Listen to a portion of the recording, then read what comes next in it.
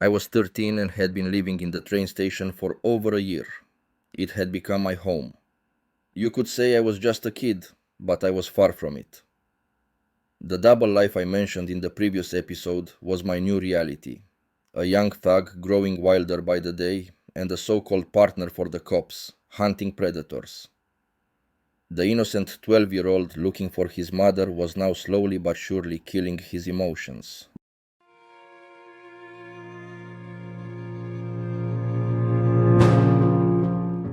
The adrenaline of catching them was a real high. But the danger was just as real. I had become a magnet for them. I was no longer just playing the bait. I was the bait. Every single day. You see, when I was on a mission, I had protection from the cops, but that was only temporary. At any other moment, I had to take care of myself. And it was hard. In the train station, I knew their spots, their faces, their ways.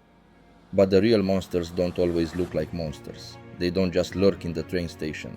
Sometimes you meet them in the most ordinary places. On a random day inside a crowded tram. A day that should be impossible to remember, but one I can never forget. It was the day I discovered the true power of my body. A man got close to me, said he was a cop. He had no uniform, but he carried this cold, fake authority that triggered something deep inside me. My mind tried to make sense of it. He's a cop, it should be fine. But my body already knew the truth. It was the first time I felt it so clearly. A primal animal fear took over. My heart was trying to beat its way out of my chest. Every fiber of my being was screaming one word: danger. That's when I finally understood. This was my greatest ally. My body, reacting in the moment, without thinking. Its authority was absolute. My gut made damn sure I heard it. I didn't ask questions. I didn't wait for proof. I listened to the only voice that mattered. I slipped away the second the tram stopped and ran without looking back.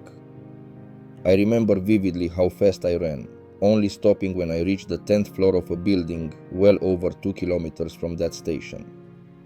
To say I was scared would be an understatement.